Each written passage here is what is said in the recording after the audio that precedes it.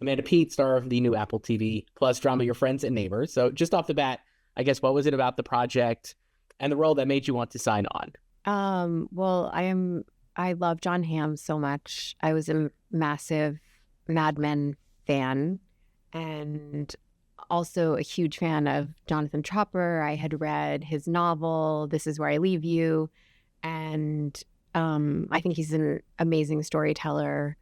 And I thought it was such a great conceit for a show. So it was really a no-brainer. What stood out about his writing, I guess, that you were like really excited by? I think he has an amazing ear for dialogue. Everything sounds real. Everything, I think he's really funny.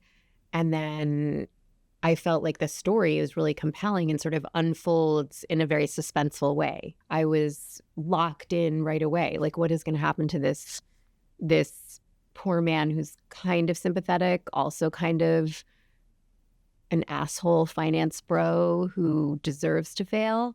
It's interesting. I think that's exactly right. I also feel like your character similarly is like very complicated. A lot of times we see women in middle age, pushing 50 or 50, suffering from suburban ennui, like you were saying.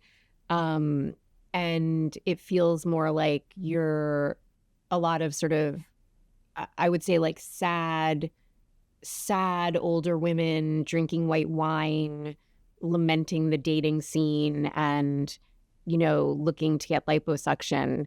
And and the way Jonathan Tropper wrote Mel, she's, having fucking great sex and, she's like torn between two men and she's keying a car and she's, it just feels much more active and maybe less sad. You mentioned like the sex scene and stuff. Obviously, like that's a large part of the show. I know the industry has like had a lot of conversations about how sex scenes and intimacy work. And I guess like for you as a performer, has anything changed the way you view intimate scenes on sex versus like, maybe how you would have viewed them 5 years ago even, or anything like that? Yeah, it really has changed. And to be honest, I was kind of skeptical about whether I need an intimacy coordinator.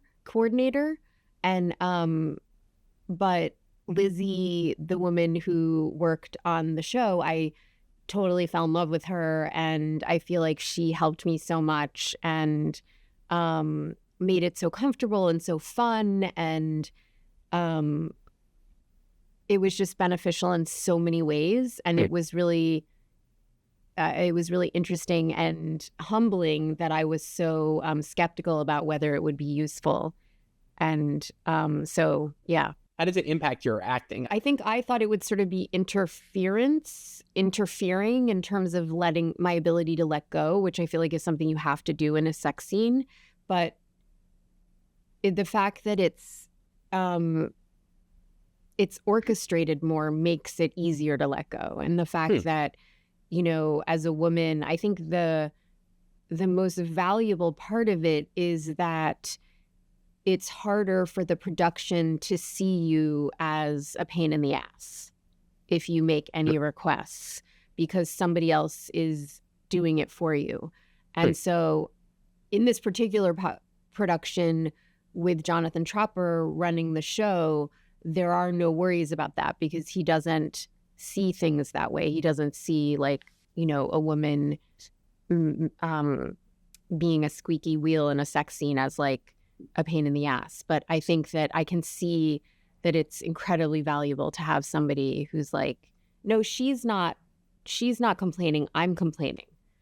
I don't like this. I don't like the way this is going down. And so then you're just like, yeah. You mentioned Jon, obviously, like I'm a huge fan as well. Like he's so great. I guess like you having work, like what, like it sounded like you were very excited, a big fan as well. Like having worked with him, how did that match? Like how did working with him match your expectations, I guess, going in, just for starters? I didn't know that he was going to be so considerate and such a mensch. For some reason, I thought like maybe, I don't know why. Like, I don't know if it's because I knew he was like a really insane athlete in high school and like a star and like that face and like he's a genius. So like, I was like, surely he can't be a mensch on top of all that. That's funny. I mean, also like he plays like characters, so like he plays characters to complications so well that maybe you're like, oh, he's not like, maybe he's not as in real life. Maybe he's different, right? Like Yeah, Jon and Draper is not necessarily a mensch, like yeah, his for star. characters are quite aloof, and Yes. they are very, you know, they have a good dose of toxic masculinity. Most of Yes. them, like he doesn't play characters who are self-reflective, you know. So, but he is as a person, and he was a great producer. He took care of his people, and yeah. I love obviously like the Coop and Mel dynamic. I think is really great throughout the show. And like I guess like how did you guys? I'm assuming most of it's on the page as well, but like how did you kind of think about their relationship and like what their relationship was like, which we get some glimpses of, I guess, throughout the show, or you could kind of connect the dots. But I guess how did you think about the evolution of their relationship to where it ends, where it is when the show is happening? I guess It was Tropper. He even when he called me just to say like, do you want to do this part? He said, you still love him. Okay. You guys are still, there's unfinished business. So because he told me that from the beginning and that was what he emphasized, I kind of felt like I should lead with that. It's a horrible, horrible feeling in life. But as an actor, there's nothing more delicious than playing, having a crush on someone and then having the sensation that you cannot stand that you are attracted to them. It's like the last thing on earth you want.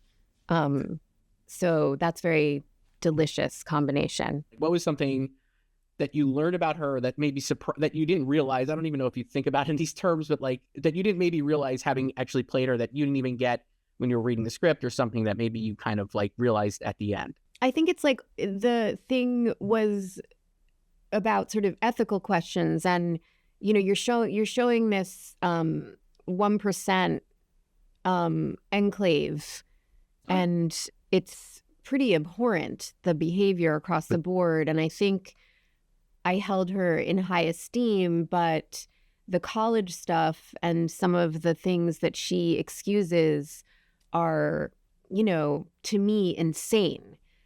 So I was stumbling a little bit, maybe because as I came into it, I thought, oh, she's more angelic. And then it was harder for me and then I was like, oh, Jesus, how do I justify this?